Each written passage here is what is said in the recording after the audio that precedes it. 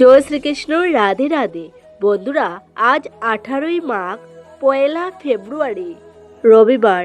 আজকের দিনে সম্পূর্ণ হচ্ছে মাঘী পূর্ণিমা। শাস্ত্রে বলা হয়েছে, সারা মাঘ মাস স্নান করে যে পুণ্য লাভ হয়, শুধুমাত্র এই মাঘী পূর্ণিমার দিনটি ভক্তিভরে পালন করলে সেই একই ফল লাভ করা সম্ভব। কিন্তু কেন এই তিথিকে ভাগ্য পরিবর্তনের তিথি বলা হয়? কেন বলা হয় এই পূর্ণিমাকে ভাগ্যোদয়ের পূর্ণিমা?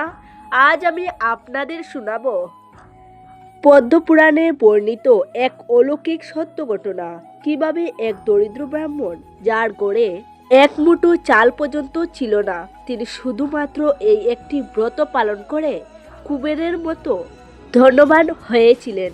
এই কথাটি শুধুমাত্র একটি গল্প নয়, এটি হলো বিশ্বাস এবং সমর্পণের এক জীবন্ত দলিল। তাই আজ মাঘী পূর্ণিমার এই পূর্ণ লগ্নে একবার হলেও শ্রবণ করুন মাঘী পূর্ণিমার এই ব্রতকথা, কারণ এই ব্রতকথা শ্রবণ করাও মহাপুণ্যের কাজ।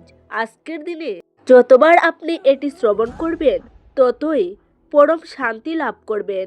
এইবার দর্শক বন্ধুরা, শুরু করছি মাঘী পূর্ণিমার ব্রতকথা। হে কৃষ্ণ করুণা সিন্ধু দীনবন্ধু জগৎপতে, গোপেশ গোপিকা কান্ত রাধাকান্ত নমস্তুতে। জয় শ্রীকৃষ্ণ। রাধে রাধে। বহুদিন আগের কথা, কান্তিপুরী নগরে বাস করতেন এক ব্রাহ্মণ, যার নাম সোমদত্ত।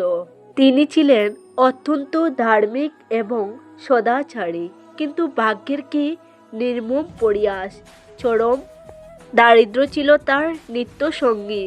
পরিবারের মুখে অন্ন তুলে দেওয়ার সামর্থ্যটুকুও তার ছিল না। দিন রাত তিনি ভগবানের কাছে প্রার্থনা করতেন, হে প্রভু, আমি কি কোনো পাপ করেছিলাম? কেন আমার এই দুর্দশা? কিন্তু কোনো উত্তর মিলত না। অভাবের তাড়নায় তার জীবন দুর্বিষহ হয়ে উঠল। একদিন ঘুরতে ঘুরতে সোমদত্ত এক মহা তেজস্বী ঋষির আশ্রমে পৌঁছালেন। ঋষিবর তার দিব্য দৃষ্টি দিয়ে সোমদত্তের অতীত এবং বর্তমান সমস্ত কিছুই দেখতে পেলেন।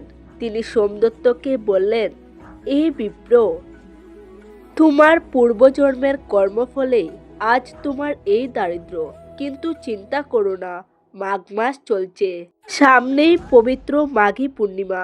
ঋষি বললেন, তুমি যদি এই পূর্ণিমা তিথিতে সূর্যোদয়ের আগে গঙ্গা বা কোনো পবিত্র নদীতে স্নান করে সারাদিন উপবাস রেখে ভগবান শ্রীবিষ্ণু এবং মা লক্ষ্মীর পুজো করো, তবে তোমার ভাগ্যলিখন বদলে যাবে।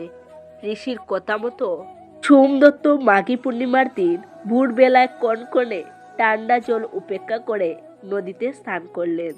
তিনি সারাদিন নির্জলা উপবাস করলেন এবং ভক্তিভরে লক্ষ্মীনারায়ণের আরাধনা করলেন। শেষে ব্রাহ্মণ এবং দরিদ্রদের সাধ্যমতো দান করলেন। আর তারপর যা ঘটল তা ছিল এক অলৌকিক।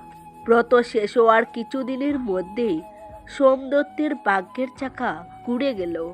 নানা দিক থেকে তার কাছে অর্থ এবং সম্পদ আসতে শুরু করলো। যে ব্রাহ্মণ একবেলা খেতে পারত না, তিনি জীবনের শেষ বয়সে অফুরন্ত ধন সম্পদ, সুখ এবং শান্তির অধিকারী হলেন এবং মৃত্যুর পর তিনি বিষ্ণুলোক প্রাপ্ত হলেন।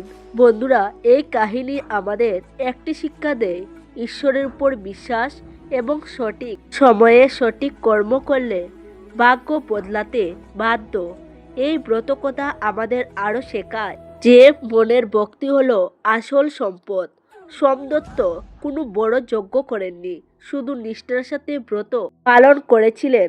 আজকের এই মাঘী পূর্ণিমাতেও আপনারা যারা ব্রত করছেন, এই ব্রত শ্রবণ করছেন, তারা নিশ্চিত রূপে ভগবানের কৃপা লাভ করতে সক্ষম হবে। যদি আপনি কোনো কারণে আজকের দিনে সকালে স্নান করতে না পারেন, বা কোনো কারণে উপবাস রাখতে পারেননি, তারা মন খারাপ করবেন না। ঈশ্বর আপনার মনের ভাব দেখেন, গড়ির সময় নয়।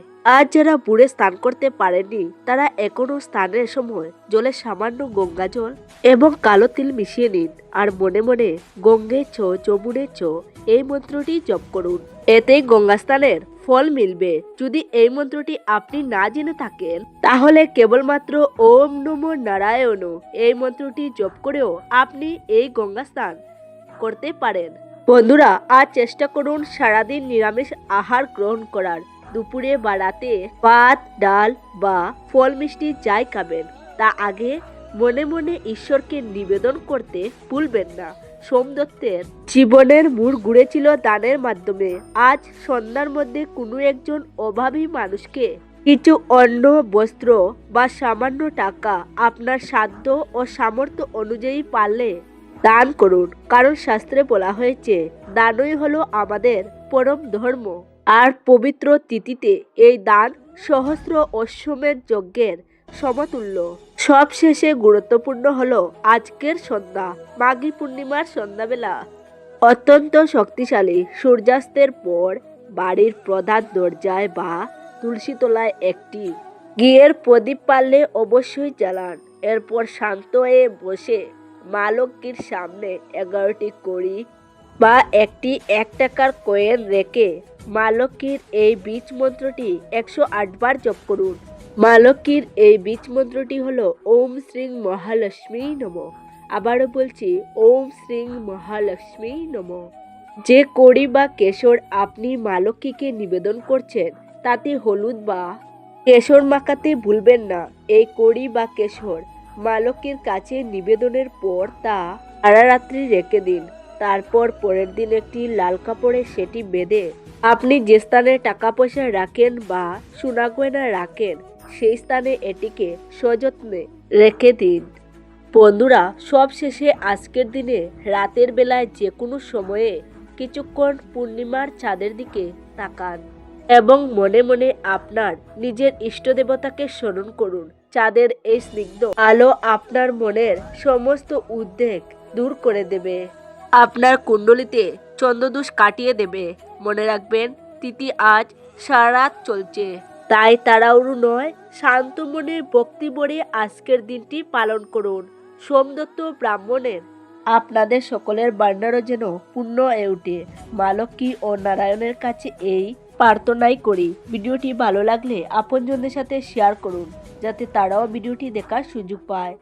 সবাই ভালো থাকুন, সুস্থ থাকুন। দেখা হবে নতুন একটি ভিডিওতে। নমস্কার, ধন্যবাদ।